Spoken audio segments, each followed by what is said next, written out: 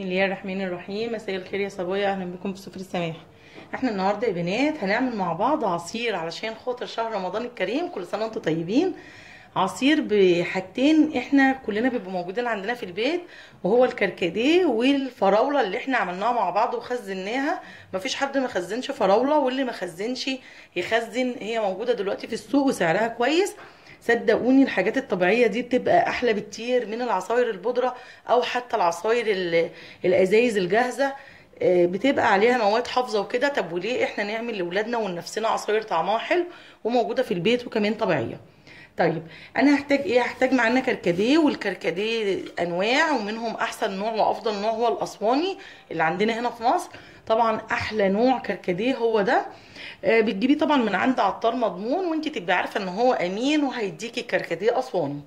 طيب انا هعمل ايه في الكركديه؟ انا عملت ايه في الكركديه؟ انا نقعته بميه وصفيته قدامك اهو. نقعته في ميه وصفيته كده، بس هو ده اللي انا عملته.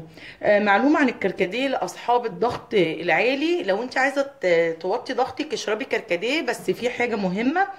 في ناس كتير بتغلي الكركديه عشان يبقى سريع يعني، او تنقعه سريع وبعدين تبرده وتشربه. غلط، مش هيوطي الضغط. الضغط عشان يوطى من الكركديه لازم تنقعيه في ميه ساقعه اصلا وبعدين تصفيه وتشربيه. انما لو غليتيه مش هيوطي لك الضغط. دي معلومه على السريع لاصحاب الضغط العالي، ربنا يشفيهم يا رب ويعافيهم. طيب انا معايا الفراوله بتاعتي دي اللي انا كنت مفرزاها معاكم في الفيديو بتاع تخزين الفاكهه، وعاملاها فراوله مركزه، وكنت عاملاها مكعبات كده، وبعد ما نشفت فضيتها في كيس. انا هوريها لكم دلوقتي، هنفضيها مع بعض. دي بتبقى حلوه جدا لانها مركزه وما بتاخدش مكان في الفريزر. دي فرصه بقى ان انا اوريكم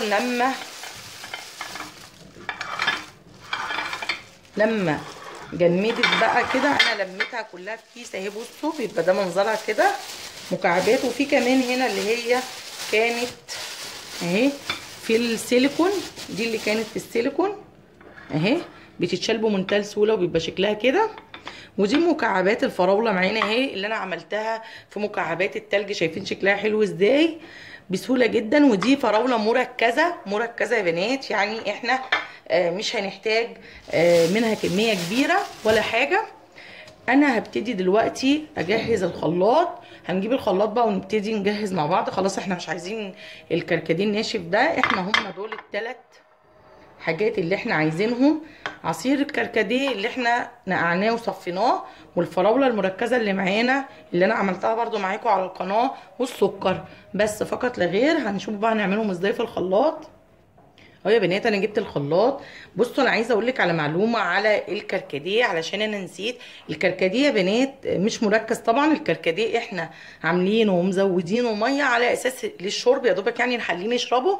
عشان طبعا لو مركز انتوا عارفين الكركديه بيبقى تقيل قوي، فمش هينفع طبعا. الكركديه ده يعني بعد ما نقعناه صفيناه وزودناه ميه على يا دوبك التحليه وان احنا نشربه. طب احنا هنعمل ايه؟ احنا هنحطه في الخلاط كده، وهنحط بقى معاه كام مكعب من الفراولة اللي معانا دي. صدقوني هيعجبكم جدا المشروب ده، وحاجة جديدة، جديد خالص على حسب بقى افراد الاسرة. وهنحط عليهم كام معلقة سكر، والتحلية دي طبعا على حسب ما انتي ما تحبي. في ناس بتحب التحلية زيادة، في ناس بتحبها وسط، في ناس بتحبهاش خالص. يعني انا حطيت 4 معالق سكر، وهنبتدي نشغل الخلاط بتاعنا.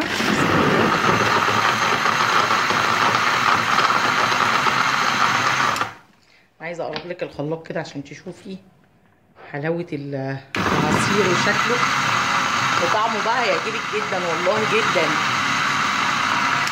طعمه هيعجبكم جدا. والعصير ده انا متاكده مليون في الميه ان هو هيشرفكم قدام ضيوفكم في رمضان، وهيعجب الولاد جدا.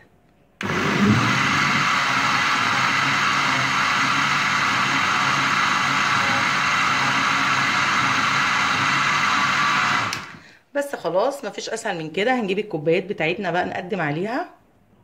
هي بنات على فكره الفراوله دي مش فراوله فريش، دي برضو من الفراوله اللي انا كنت شايلاها معاكم علشان نعمل بيها جرنش ولا حاجه. بصوا بقى لازم تجربوا العصير ده، تحفه والله، هيعجبكم وهيعجب ضيوفكم والولاد جدا، طعمه تحفه وكلها حاجات طبيعيه. شايفين شكله اصلا شيك ازاي، من غير لبن ولا اي حاجه والله. هما بس بالمكونين دول، الفراوله اللي انا عملتها معاكم مركزه، والكركديه اللي بيبقى موجود عندنا في كل بيت، وحتى الجرنش عملناه برضو من الفراوله اللي احنا كنا عاملينها مع بعض. شايفين شياكته حلو جدا. اتمنى ان انتوا تجربوه وتقولوا لي، ولو عجبكم يا ريت تعملوا لي لايك وشير واشتراك في القناه وتفعلوا الجرس عشان يوصلكم كل جديد.